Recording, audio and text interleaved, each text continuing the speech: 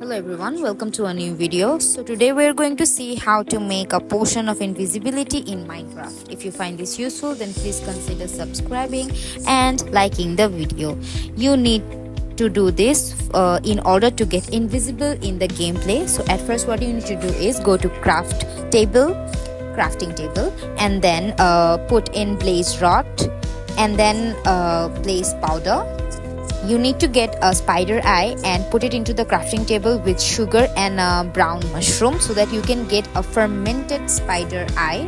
Yes, and then you need a carrot and 8 gold nuggets. You can get gold nuggets from gold ingots. Put that around the carrot and then you got the golden carrot. You want to come to the brewing stand next. And then in here you need to go and add in blaze powder for fuel. And add in 3 water bottles, and then you can add in a nether wart, and you should now have an awkward potion.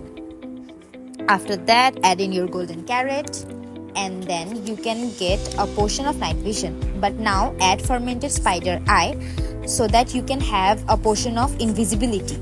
Now you have the potion of invisibility. If you consume it, now that you can see you are invisible. Thank you so much for watching our video. If you liked it, please do not forget to like, share and subscribe, and we will see you on the next one.